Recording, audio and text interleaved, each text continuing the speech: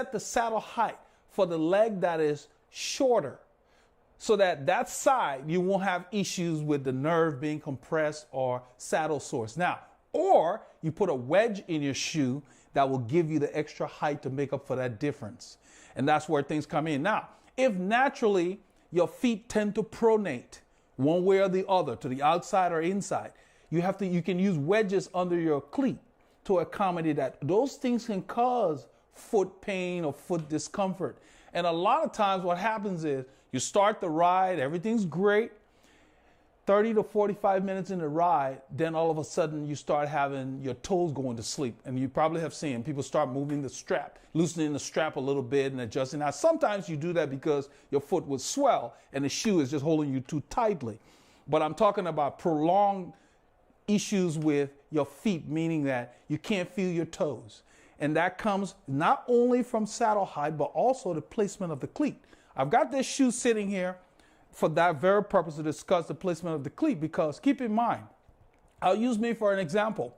My left foot is 5 millimeters longer than my right foot. Okay?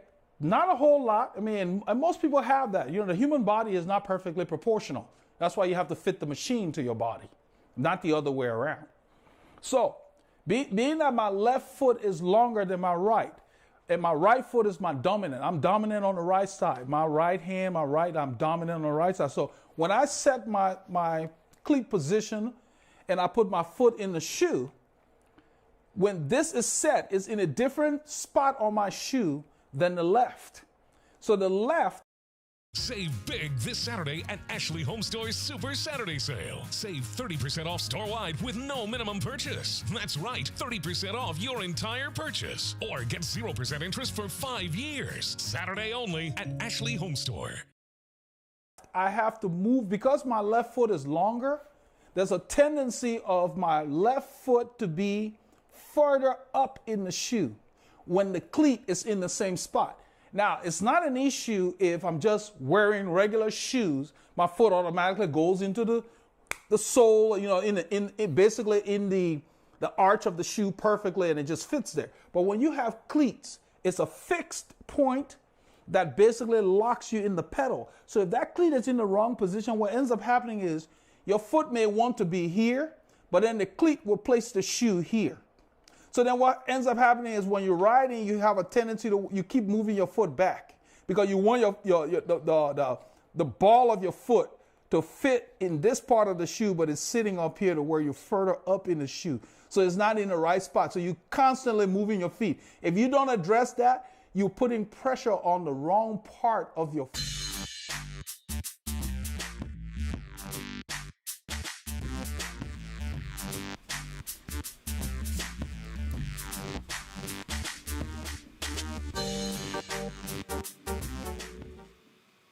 Hello, legends and super legends. Welcome to Veloharmony Live. So Wednesday cycling tips. I see we've got Dwayne here and Daryl Shanks. Blast from the past. Welcome, Daryl. Haven't seen you around in a while. Yeah, let's see here. Mass-produced. Mr. Mass-produced my broski. Michael Mandarino is here. Yeah, I recorded the last couple of tour highlights because my schedules were a little tight. Robert Tangler is here. Welcome, Robert.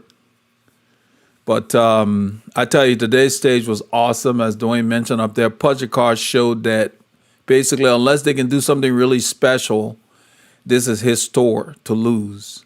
It doesn't look very likely. He's riding very strong. And this was a stage for the strongest rider, basically. The strongest rider won the day. And but tomorrow is going to be interesting because they're going on a classic route. They're visiting like a col that the tour always visits. So they got another day where it's a little shorter, but two what they call beyond category climbs. So it should be interesting. I'm really beginning to enjoy these highlights because the action is really good. It's hard to decide which clips to pick, when I'm doing it. But it's interesting. I like that. So it's great to be back with you all. I see somebody mention something here about, I think it's Daryl. He says, hope everyone has a safe week riding. Got some K's in the rain here in Florida. It's nonstop. Yeah, we got the same thing going on. Somebody actually posted on one of the videos, one of the legends said he's in Tampa. They're having the same kind of weather. Every afternoon we have storms.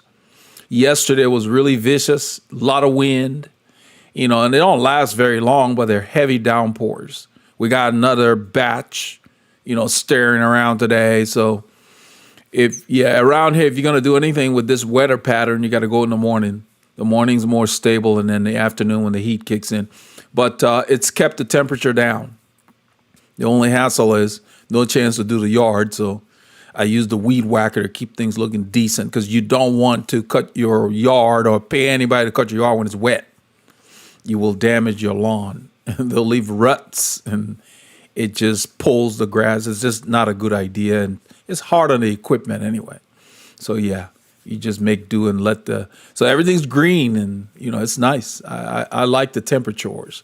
So I really enjoyed Saturday's ride. It was very muggy because of all the rain we've had, and that's our normal summer temperature. So even though it was like 22, 23 when we left, which is like 74, 75. It felt warmer, but it was still nice. The air is not thick and heavy, so it was kind of good.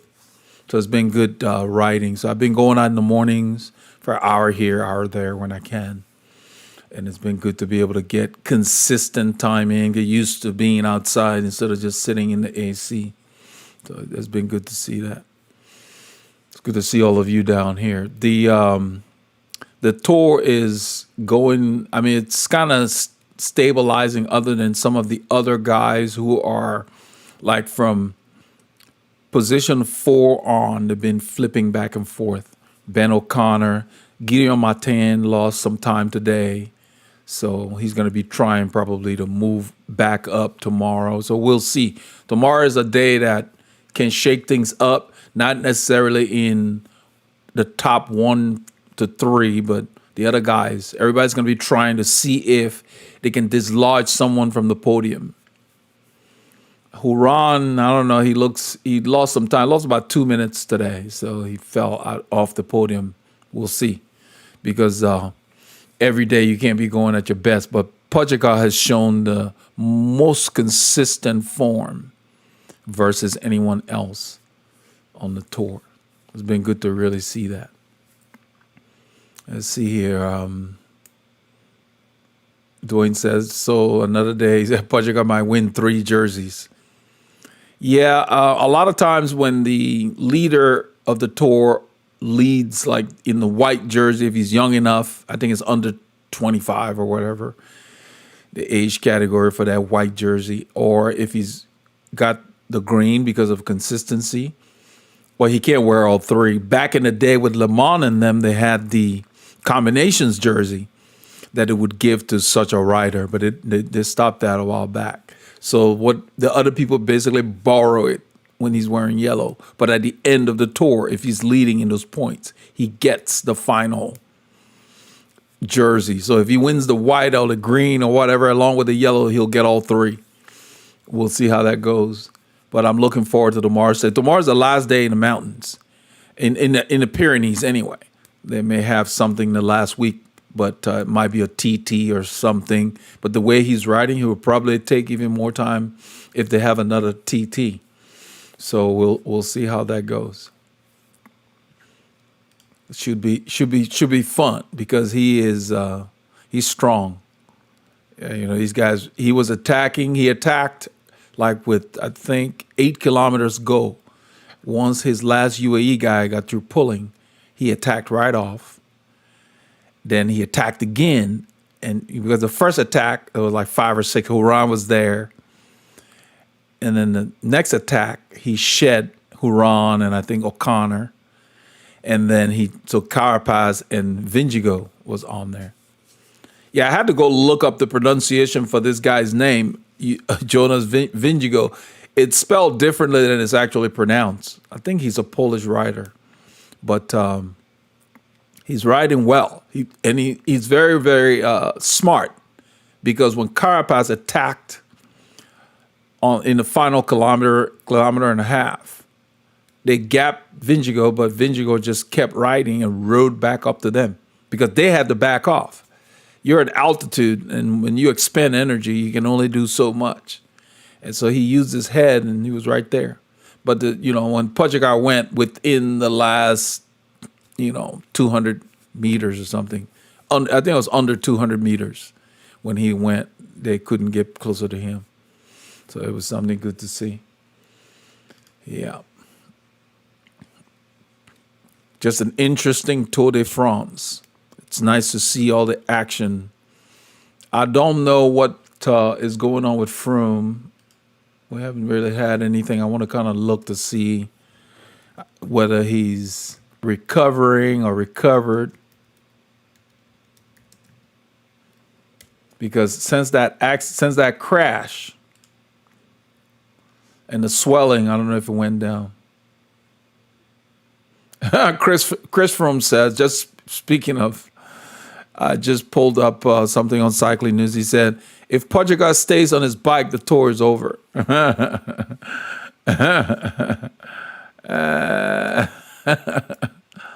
Oh, man. He said, what's left to root for? So, Froome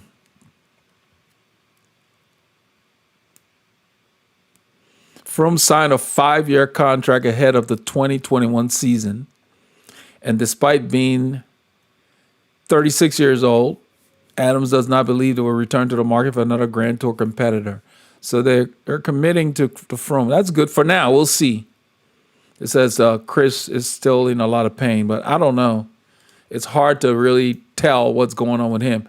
I have a feeling if he stays the whole tour, he's just trying to get race fitness. JOS Boy, welcome. Welcome. We're just discussing the last highlight that I did, and I was looking up Froome here. Let me go ahead and share this screen. Let's see here. I don't know if it's lit or not. I'm just looking up stuff on Froome. I'm on Eurosport. They usually have pretty good current stuff. Let's see.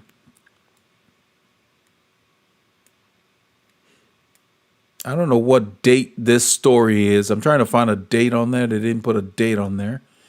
They say he's saying he's in quite a lot of pain from the opening day crash. But this was probably around the time trial. They really should date their articles. Let's go back. This is Cycling News. Cycling News is pretty good. It's a good place to get current stuff. That's what I said earlier. Chris Froome says if Pogačar stays on his bike, the tour is over. Pogačar said the tour is over. It's 4-time winner says he'll take something catastrophic to deny Slovenia a second title. Yeah, he's the strongest in this tour so far. He's riding well. Let's see, when was this picture taken? Kind of want to see what he's doing in this stage right now because I haven't seen Chris Froome in any of the action. I don't know if he's riding with a gruppetto or whatever. Let's see. Okay, so here we go. Chris Froome is in 131st place, almost 3 hours off the race. He crashed in the opening and lost considerable time. Okay, so he's going to be their road captain. So at least he's still in the tour, so that's good. I knew that he wouldn't just quit and they wouldn't say anything, so I knew he was still in there, but trying to figure out what he's doing.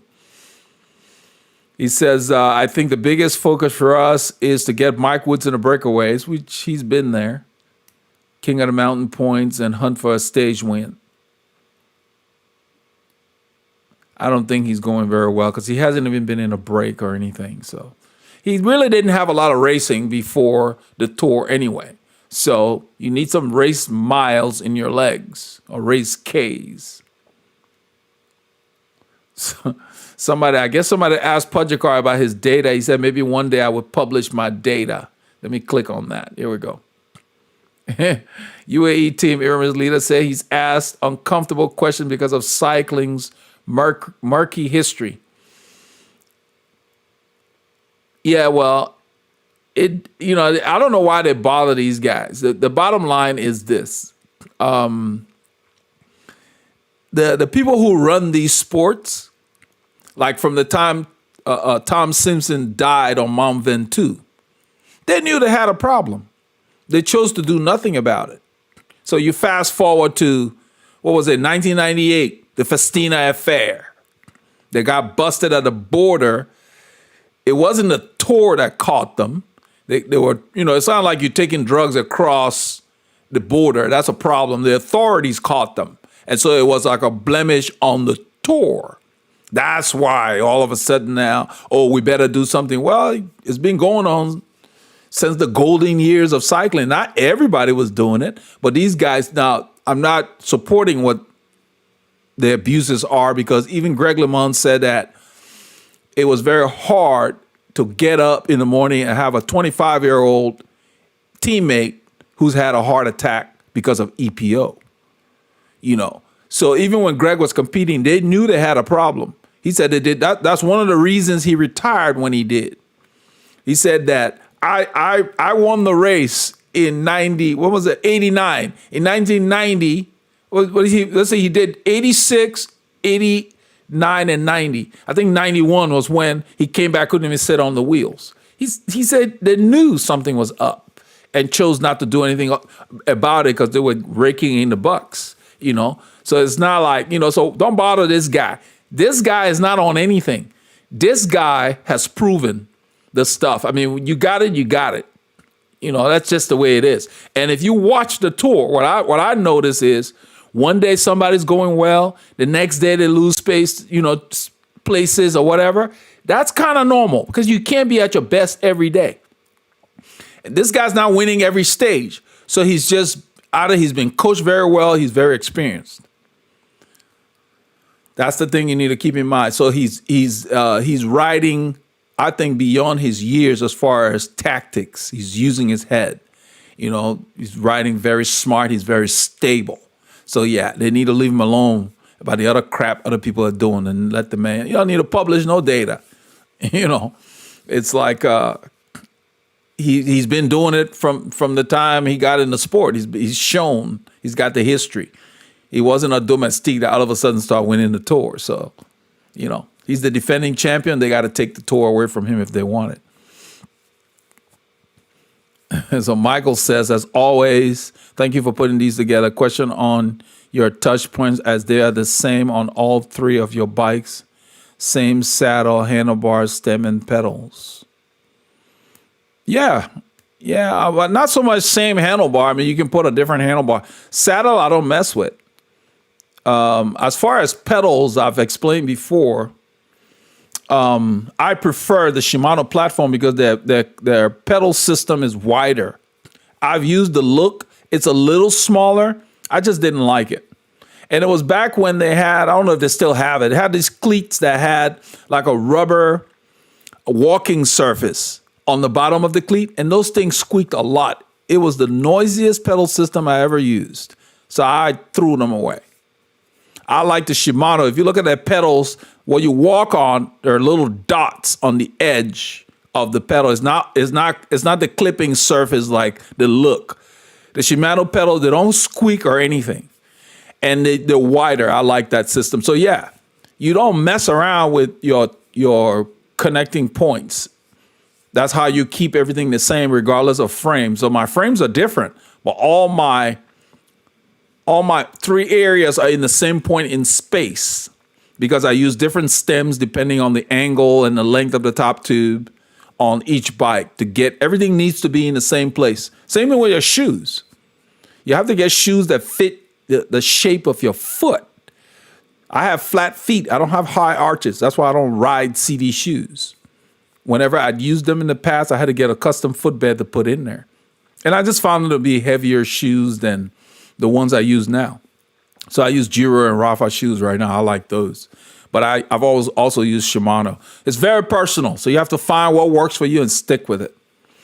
I don't change anything if it works. So yeah, I love these saddles. I used to ride let's see, in fact, I got an email today from, what those people, Western Bike Works. They sent, let's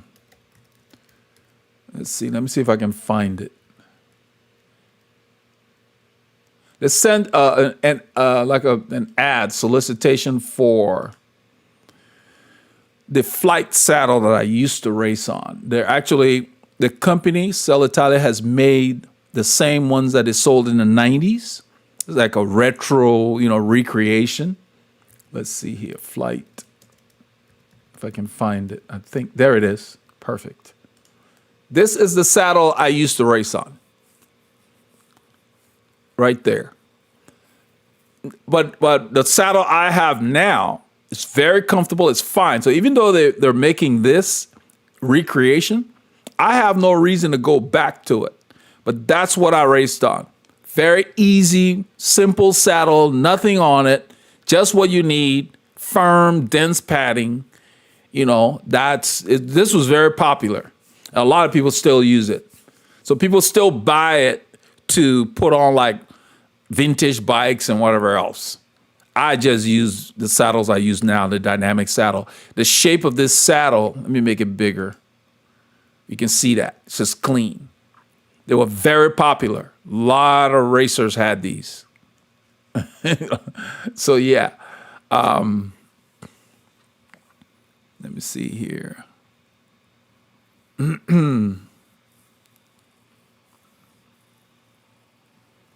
So, J. West Boy says, Crosby, Texas was tough today. A smackdown thrown on my candy from another.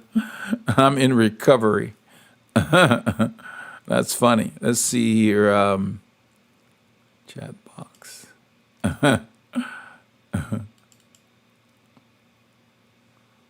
All right.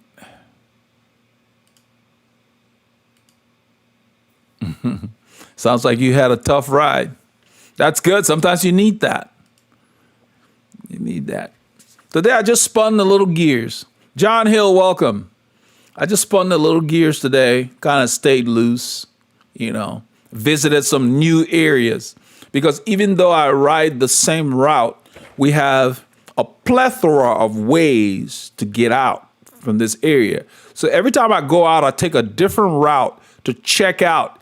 And I'm always finding these little 4.5% climbs and whatever else. I just kind of store them in the memory bank. And then when I come back, Garmin stores a copy of the route on a map on the head unit.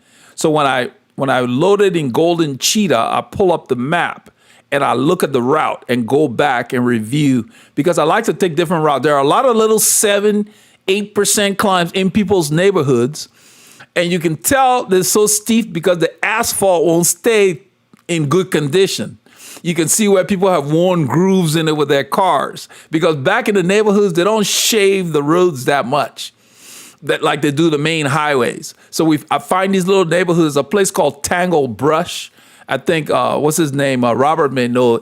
It's near Panther Creek in the Woodlands. And Tangle Brush is a little area that just has it's on the other side of Spring Creek. And so it's one of these areas where if you stop to pee, mosquitoes galore, because it's right next to a big creek.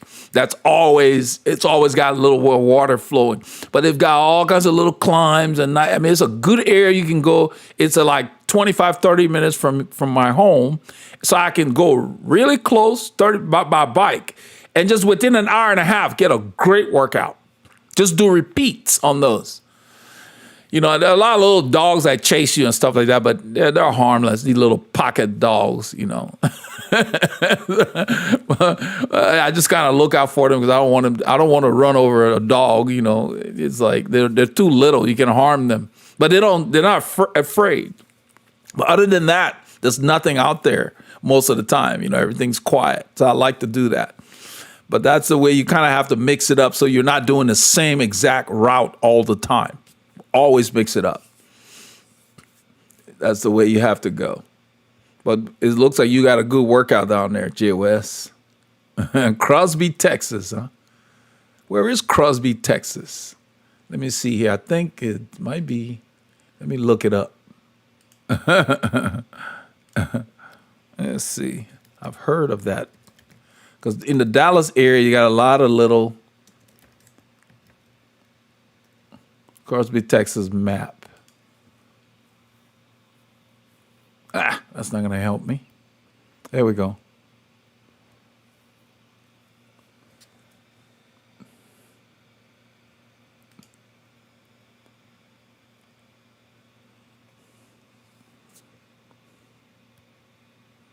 Robert said, I know Tangle Brush around Falcon Wing. Yep, that's it. I love Tangle Brush. It's always quiet. That's on Sunday, Robert. I found that there was a group that leaves Whole Foods from Hughes Landing near Riva Road area there, and they do a big loop in the woodlands, and they come down Tangle Brush and go back towards Sawdust and all those other little roads. So they do a big wide loop. I've seen them out there. One Sunday morning, I was out there spinning. Let's see where. I'm trying to find Crosby. Here we go. So what is it close to? Oh, okay. You're not that far from here. Okay. Outside the loop there, you're like south, northeast. You're in our area. Okay. I haven't been out there in a long time, I guess. I used to live out in Kima, which is on the opposite side there. There's Deer Park down here. Okay, so you're right off of 90 there. Okay, that's where that is. I hear about it. I just don't, check it out. That Kingwood. Yeah, that's a lot of good riding out there. We've been up as far as Livingston. Then we did a ride out there at some school. Yeah, there's a lot of good riding out there. Tascasita, yeah, that's cool. That's not that far from where we are. It's just on the opposite side. Southeast Houston. Yeah, it's not very south though. It looks like the loop. Yeah, it is kind of. You're on the north side of the not 610. That's actually the Beltway. Whatever they call it out there, 288, and they're connecting it. We got so many loops now. There's the 610, and this is the outer loop. This is probably the tollway. Yeah, you're way out there. I like that side of the loop. They don't have as many tolls. On our side, they got those toll booths so close together.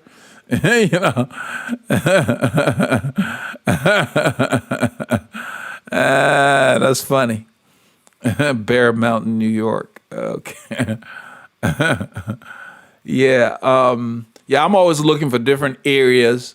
And every time I go to the woodlands, I take a different way. It just keeps it interesting. Sometimes I'll take Kirkendall, cut across, use part of the bike path, dump me on Flint Ridge. Because there's a nice little bike path on Kirkendall. So when I'm warming up, I go out Creekside Forest, cut across Kirkendall, take the loop. The bike path, and by the time I'm warmed up, it dumps me on Flint Ridge, and I'm ready to ride, and I head out.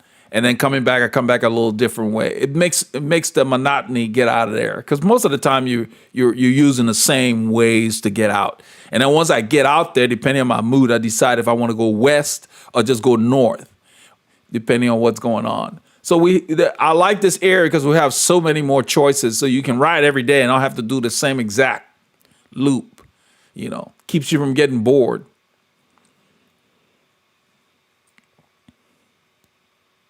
You go around Lake Houston. That's nice. You ought to film something out there, man. Send it in. I'll put it on the channel. Lake Houston is nice. I haven't been out there in a long time, but that's nice out there. It's a real big lake. I think that's it on the map here. Got the Kingwood Country Club, Atascocita, Huffman. There's the Lake Houston Park right there. Between 69 and 90. Yeah. And you got New Caney. They got a lot of nice climbing out there. That's cool. That is cool. Yeah, we might. I got to talk Paul into us doing a ride. Usually late in fall, they have some rides. Like the last time we did a ride was at the Livingston High School. It was October. Because this area in the fall, we have a lot of rides. The weather is so nice in the fall. I love from fall to like the end of spring. Summer here is usually very hot. This has not been hot. So I'll take the rains. I mean, it's raining, and so I just leave the mud guards on the bike because you don't know when you're gonna get caught in it. So I cover my shoes, leave the mud guards on the bike, and just head out. Because otherwise you won't ride. Because the forecast means nothing. The last 10 days, our forecast they're winging it. It changes all the time. So we're having showers every afternoon, and sometimes heavy showers, lots of wind. So you have to stop pretty much and wait for it because it will blow you over. That's what it was yesterday. Just heavy, gusty winds. And just for a short while, but then,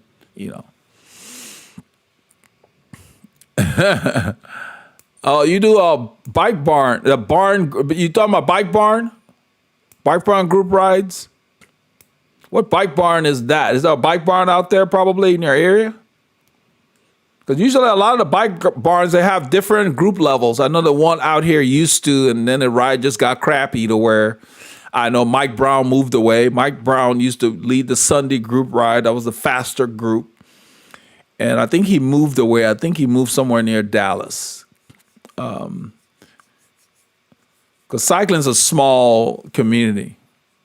Yeah, Tascasita. Okay, yeah. That's good. If they've got a ride that's competitive and whatever, that's good. The one down here, the Saturday ride, is kind of dead because the guy decided to govern the ride or, no sprinting and, we're going to do 20 miles an hour. And then they're riding around flat roads at 20 miles an hour. I mean, that's not even a workout in town. So the wind's behind you, you're doing 20 miles an hour, you might as well just stay home. That's boring. And that's why the guy I told you about, Robert LaPlante, got kicked out of the group because he kept breaking the rules. So, yeah, they killed the ride. It used to be really interesting. They would go out from their bike barn in Champions. They're in the Champions area. And they would ride out as far as almost 1488 using the back roads. A lot of hills. It was very, very challenging. And the leader of the group, his name is Kurt. He's the manager of the store. I heard he crashed, and after his crash, all of a sudden he got paranoid. so he just changed the whole character of the group. He let us say, we don't visit them anymore. We used to visit them from time to time. It got boring. So yeah. Yeah, that's the way to do it. Various groups. And that's why I've mentioned to the guys that are doing the Team IR ride. And they were open to it. He made the announcement and everything. But what ends up happening is the last video we did, a lot of the guys we passed before I did that little sprint and put my arms up on Research Forest, they were like in the second group. They just kind of fall back and they hold their own pace. So it depends on how many people show up. So if you have people that show up, then you can break up the group. But that's what they do. They have various speeds. That way you can start with the fast group, slow back down if they get too fast for you, then catch on with the other group. That's kind of what they do. It's really good to do that, The guys were not happy with that sprint up the hill. They were complaining. You guys heard them. And after that, when we stopped for a health break, they were still talking about it. But I didn't say anything because I didn't start it. I didn't do anything. Like usual, I kind of do what they want to do. There was nothing wrong with it. They're complaining because they were not. The reason they were complaining is because they were not at the front, not by choice, because it was hard. We didn't back off when we went over that overpass. That's the first time that guy sprinted. We just kept the effort. That's why I stayed near the front. I knew it was hard. Well, it stayed hard, and we turned on Ribbon Chapel. Ribbon Chapel is one of those roads where it's gradually going up. It's not 5%, 4%. It's like between 1 and 2, but you'll feel it. And Kenny was at the front keeping it up. So by the time we got to that climb, they had not gotten their usual stoppages that they're used to. And then we started to sprint. They weren't expecting that, so they had to work really hard. So, we waited on Mill Route off camera for people to catch back up. So when Paulie Lunga called back up, he said, I'm not stopping. He just kept going. And they weren't ready to go. So he and I took off and left them and kind of just went off camera. And then they caught back to us on 1097. Then I stayed with them until Bailey Grove. And then we went further than they did. It went straight back to Taco Corner. It was like 8:43 in the morning. I'm like, we just got here. So we kept going.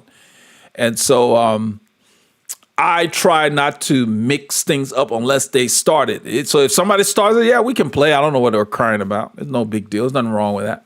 It's a ride. You know, if somebody sprints, you don't have to sprint with them. Just keep doing what you're doing. Because they'll eventually sit up, you know, and wait for the group to get back together. I don't know what that was about. Darren is a big guy, the guy who said, what's this sprinting uphill? It's not a good idea, something like that. He's a big guy. He always struggles when the road goes up. So that's another reason I believe he said that. But yeah, work on it. If you want to participate in the sprint, work on it. So I like to go hard when it's hard. Otherwise, anybody can go with you. So what we call it a suffer fest. Who can suffer the most? So that's kind of cool.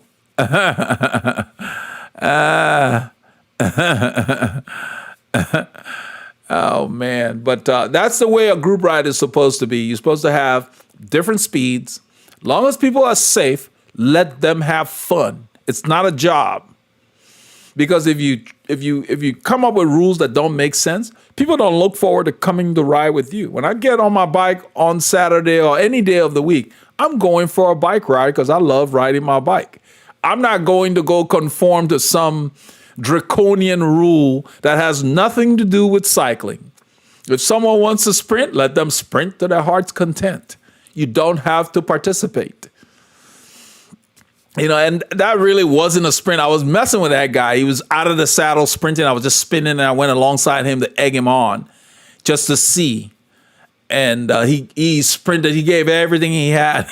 You know, when I really sprint, I'm over 1,000 watts, especially on a climb.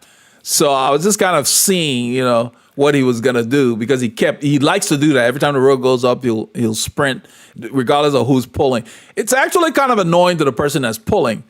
And if I'm pulling and you sprint and you come up there, I want you to stay up there and pull for a while. So he'll sprint and then drift back. Typical road racing thing. So nothing I haven't seen. I don't have a problem with it. But it is annoying to the person who's pulling because if you can sprint, then you should be helping the group. But if you haven't had a pull and you just start sprinting, it doesn't look very cool. It's like, hey, man, you need to at least take your cuts. Then when it's time to sprint, you can go. That's the kind of stuff, you know, that's the stuff. And nobody really says anything. I don't care. When I get in a group ride, it's just a ride. I want to work out. So I do what works for me. I don't worry about what other people are doing. You know, so it's kind of, yeah. But it was fun. It was fun. We laughed. When Paul told me about it, and then I got back, I'm playing the clips, and then I heard it. So then I sent him a text. I said, oh, I'm leaving it all on there. I said, the camera picked it up. Because there wasn't a whole lot of wind because we were climbing. So the camera picked up everything they said very clearly. And that was kind of cool that it got it, you know.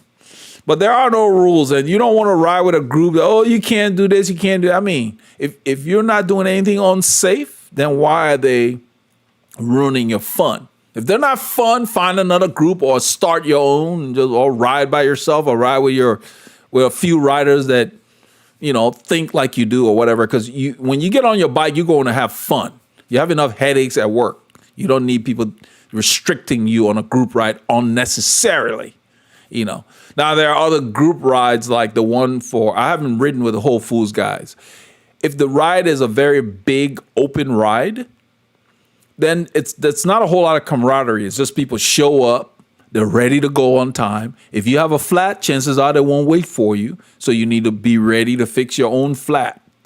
The ride that we're doing with Team RR, it's more of a group of friends, those guys, that invited us years ago to join them. They invited me several times. I'd meet them on the road, and I'd ride with them. They'd invite me to join the pace line, and then they told me where they started or whatever. But it took almost a year before I started going there. So I met them long before we started riding with them.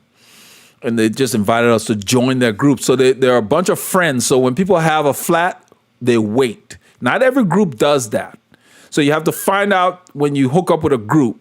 Same thing like Jay was doing the Bike Barn group in Atascocita. Bike Barn has stores all over the Houston area. So you have to find out from that group, do you guys wait when people have mechanicals? It's nice if they do, but if they don't, make sure you can fix your own, because hopefully you've been riding alone. You know how to change the flat or whatever. But if they don't wait, then you just know that if you have a flat, you're going to be finishing the ride by yourself. And what some riders would do is figure out what the route is, maybe take a shorter way so they can hook up with the group on the way back or something like that. It's always good. So you're not disillusioning to think, oh, they just left me out here. Find out what the group normally does. Not every group will wait for you. If you got your buddies at the ride, yeah, your buddies may wait, but the group itself, an open ride where a lot of racers just show up for a workout, they don't wait for people that have a flat. If anybody's waiting, it's going to be a group of buddies within that group that decide to wait. But on an open ride, they're trying to get the ride done and go on with the day. So it's a different kind of feel. It's not as personable as, like the ride they have a ride, Sun and Ski has a ride. I haven't done that. I've heard of it. But when I raced, I did those kind of open rides, and they were very informal and impersonal. And right now, the kind of riding I like to do, I kind of like more of a down-to-earth, personable kind of thing. So that's why I hook up with WCC or Team IR. But we do have rides that leave Whole Foods, and we'll start visiting them. I've told Paul about it. They have bigger groups, varying skill levels. One day I was riding on Flint Ridge. I'm talking about 50 riders passed me, and like half of them on your left, on your left. I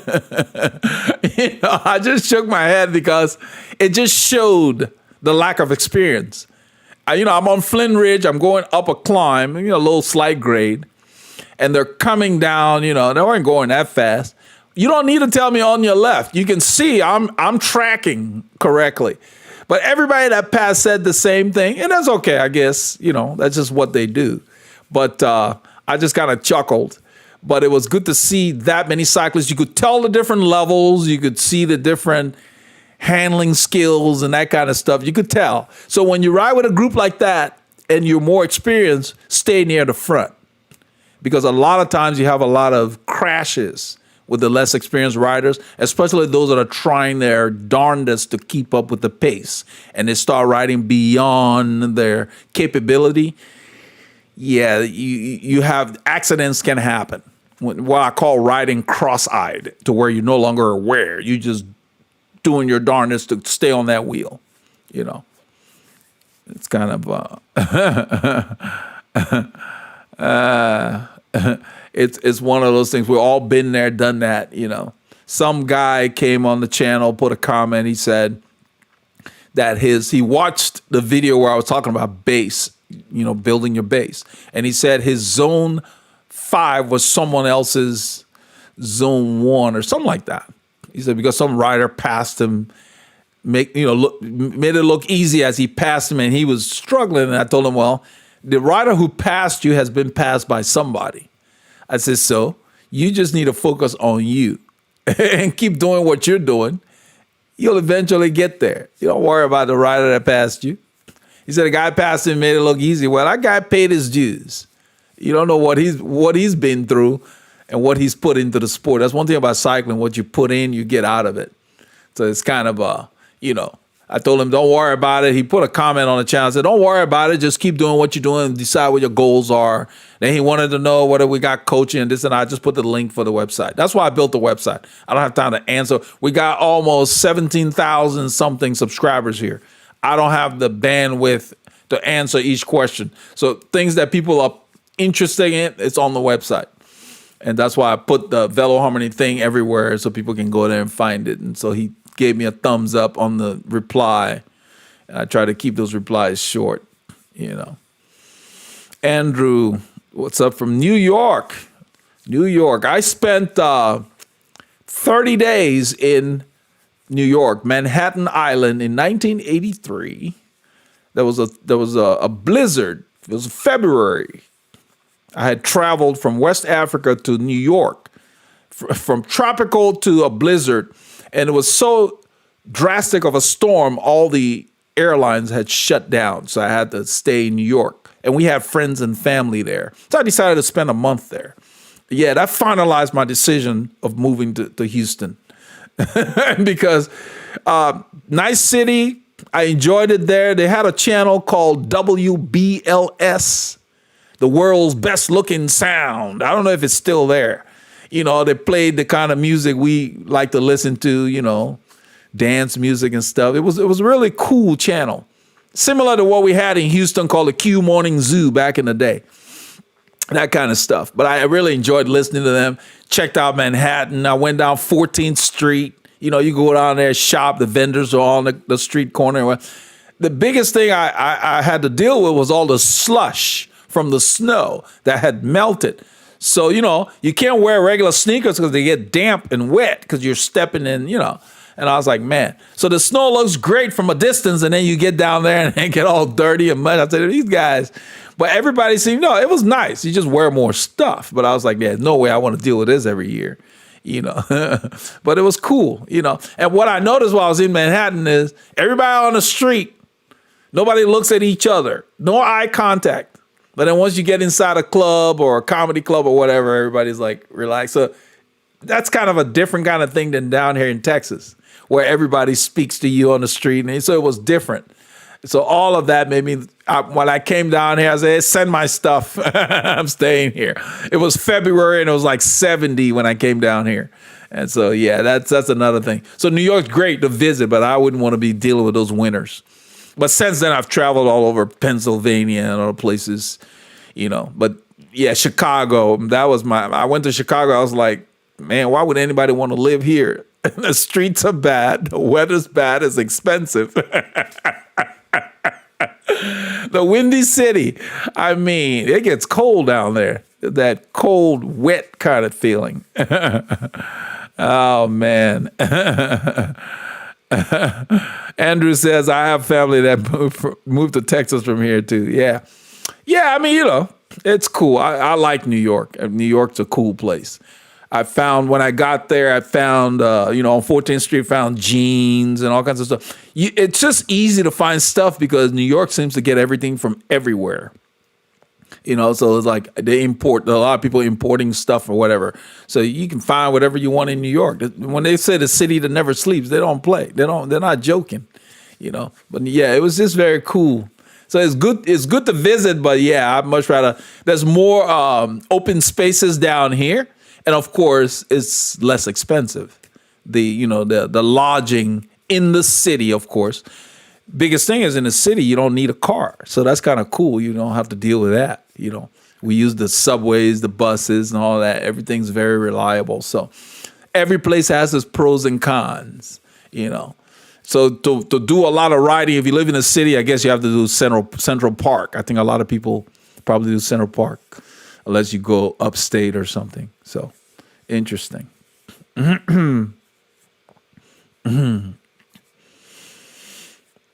I just, I don't, yeah, you know, it's kind of, people are paying like thousands of dollars for a small apartment. And like down here, you know, you can get more property, but I guess it has a lot to do with what your life needs. You know, if you grew up there or business, you know, you got a business there or you got a job there or whatever. Yeah, you got to do, you know, it has its people there for reasons. Like you say, you have people that moved to Texas, you know, and I think it's just not Texas. I think it's just the Southwest. And maybe from the history of this country where people headed out west and all this, the open land, the prairie. So you get a lot of, like where we ride, you guys see a lot of open spaces. The roads are kept up. The funny thing is that here in Houston, in the city near like the place called Kirby Drive and places like that, we have expensive homes, but the roads are really crappy. I don't understand why they don't keep up with the roads in town. So I hate driving my car when I go down there. You know, the roads are rough, like Washington Avenue off of I-10 and stuff like that. And maybe it's like that in a lot of cities, just like the inner city, they don't pave the roads as frequently as they do in the suburbs. And I guess because our roads are newer out here too. But still, I just noticed that they do more upkeep out here. But I think it has to do with the fact that how the funds are distributed. You know, I think it has a lot to do with that because, like, for example, I found out, a few years ago that we have our own police department for us, which was kind of different. I just thought the police was like for everybody. No, if you live in this area and you got a problem, you got to call this precinct and all that. So it took a while to get used to that, So I think that has a lot to do with it. Depending on, if you have a lot of revenue, like I was talking about on some of the videos, we'd be riding and then we'd go to Grimes County and you see the road. The quality of the maintenance is different, especially on the county roads versus the state highways. It's the same thing. I think that's how it is, how the funding is distributed. Because you got fewer people living in the city here. Everybody lives outside. Similar to Dallas. Because I visited Dallas a few times. At the end of the day, everybody heads out, to Fort Worth, Arlington, Irving, McKinney, wherever. And they come in town to work. We need to kind of change that because unless you're meeting people face to face, not everybody needs to go in town at the same time. That's why we have this traffic. You can get on the phone and work, like especially with COVID-19, people figure out, hey, some jobs you can do from wherever you are. I think eliminating that commute time gives people more time. It takes an hour and a half to drive one way. That's 3 hours out of your day, just getting to and from, So it's kind of cool to be able to diversify. I read this week that I think it's Iceland that is trying shorter work weeks, and they're being very successful. I think it was Iceland. Yeah, shorter work week. Let's see here. I think it was Iceland. Yeah, there we go. Yeah, I like to read online instead of listening to CNN, get my news. These guys like to give opinions. I just want the news. Here we go. The two trials reduced hours from 40 each week to 35 or 36. Some could choose to manage their remaining hours over 4 days. But this project was about understanding the impact of fewer hours, not specifically the idea of a 4-day week. So what really happened, this is from the UK, wired.co.uk, the 4-week trial. Working fewer hours for the same pay. It's no surprise that proved popular among employees. But the research also reviewed there's no trade-off for companies either. Shorter working weeks are just as productive as long days. That makes sense because those of you who work in corporate America, you know how it is. There's always one guy hanging around the coffee machine or another person coming around to see what everybody wants for lunch and pooling money to go run to get lunch. So yeah, who got time for all that? I'd much rather do a compact week, get it over with, and have more time on your hands. So it was good to see that, fewer working days, fewer working hours for the same pay for those who are on salary, I guess. I don't know how it works out for the hourly people, but that's kind of cool to see that they're trying things like that because that will give you more time. And if all of us are not getting on the road at the same time, the drive will be nicer. Get rid of this congestion during the busy hours when everybody's heading the same direction, So it's kind of that. All right, guys, thanks for joining me today. We're going to wrap up here. And we'll have these sessions every week for those of you who have questions so we can talk about everything cycling. You guys take care and be safe when you're getting your Ks in. Make sure you stop for those stop signs. At least slow down and check. Don't just blast them. You got a rep to protect. Okay? You guys be safe out there and keep getting your Ks in.